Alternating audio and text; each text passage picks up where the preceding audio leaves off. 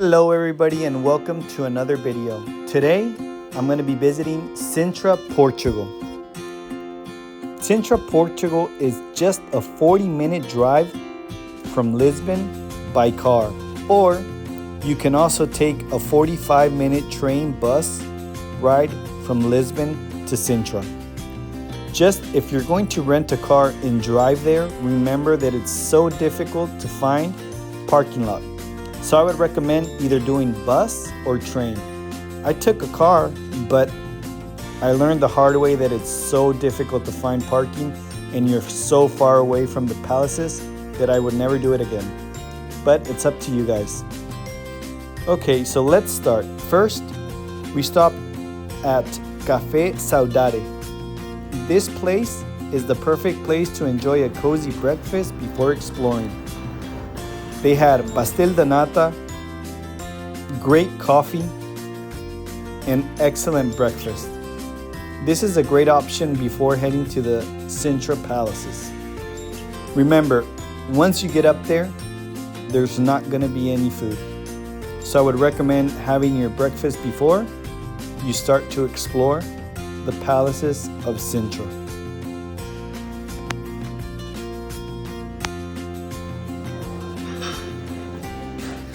After our breakfast, we head out to the palace. There's two ways to buy your tickets. You can buy them online and sometimes even save 15% discount, or you can just head to the little windows outside of the palace and purchase your tickets on a regular price. So the tickets range from 10 euros to 20 euros depending the palace and most of the sites if open. The time is 9 a.m. and it closes around 6 p.m. So plan ahead. Let's start. First off, the National Palace of Pena is one of Portugal's most iconic landmarks and a masterpiece of romantic architecture. Its story begins in the Middle Ages, when a small chapel dedicated to Our Lady of Pena was built on top of Sintra hills. In the 16th century, King Manuel I ordered the construction of a monastery for the Order of Saint Jerome. For centuries, it remains a peaceful place of worship until it was heavily damaged by the Great Lisbon earthquake of 1755, leaving only the chapel and part of the cloister standing. More than 80 years later, King Ferdinand II, a German prince who married Queen Maria II of Portugal, fell in love with the ruins and the breathtaking mountain views. So, in 1838, he decided to rebuild it as a royal summer residence, blending Gothic, Manueline, and Moorish styles into a colorful and imaginative palace. The construction took about 12 years and transformed the old monastery into the Fairytale castle we see today. The views are awesome. It was early in the morning and there was fog the day that I went, but even with fog, I think the views were still incredible.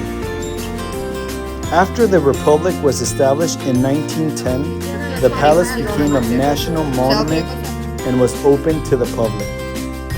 In 1955, it was recognized by UNESCO as part of the cultural landscape of Sintra, celebrating its historical and architectural significance. Today, the Palace of Pena stands as one of the 7 wonders of Portugal, attracting millions of visitors each year who come to admire its unique beauty, mystical gardens. Inside one of the chapels of the Atlantic, you're gonna find a stained glass window that is from the National Palace of Pena in Sintra, Portugal. The window shows 4 detailed scenes surrounded by coats of arms and religious symbols. The upper left panel depicts the Virgin Mary and Child representing divine protection over the royal family. The upper right likely shows St. George, the dragon slayer, symbolizing courage and victory.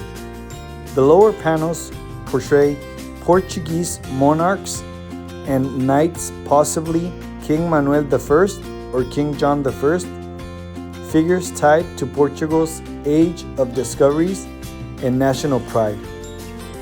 The shields and crowns along the frame connect the monarchy to Christian authority and the legacy of the kingdom. This was installed during the Romantic restoration of Pena. This stained glass is not merely decorative, but it represents the union and faith of the 19th century.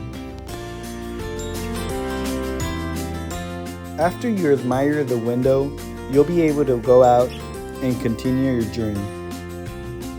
You'll be able to admire all the details of this amazing palace. Each wall, each window has something unique and special. So take your time to admire. After National Palace of Pena, you're gonna find yourself walking to the Quinta da Regaleira that was built in the 19th and 20th centuries by Antonio Augusto Carvalho Monteiro, a wealthy Portuguese lawyer and collector. The gardens are designed as a spiritual journey where every path, every tunnel, and tower represents stages of initiation and discovery.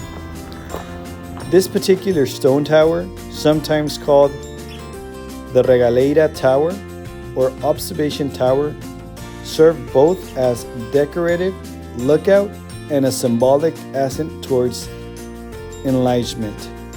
Visitors could climb into it and get the panoramic views to the garden. Its medieval style design, rough stonework, and stairwell give it an appearance of a small castle or fortress, echoing Portugal's Gothic and Romantic architecture traditions. Remember, you're going to be walking from one palace to the other, so I recommend taking some comfortable shoes because it seems like you're going to be hiking for a while. You can spend as many hours as you after you walk down the palace, as nobody's going to pressure you to hurry up or move. Which blends Gothic, you'll have time to explore and take pictures, elaborate stonework, and even sit down if you get tired. Every detail hides a history. Just remember, everywhere you walk, this palace is surrounded by gardens or that are designed like a spiritual journey, from darkness to light, filled with underground tunnels, towers, and lakes. After the main palace, you'll be able to head down to Sintra City. Sintra City is a small town which offers amazing and decorative souvenirs, so I recommend having at least 15 to 30 minutes to walk around and get yourself a nice souvenir. You'll also be able to enjoy amazing views of the city and streets. So I hope you liked this video. If so, please subscribe and give me a like. I'll see you at the next one. Bye.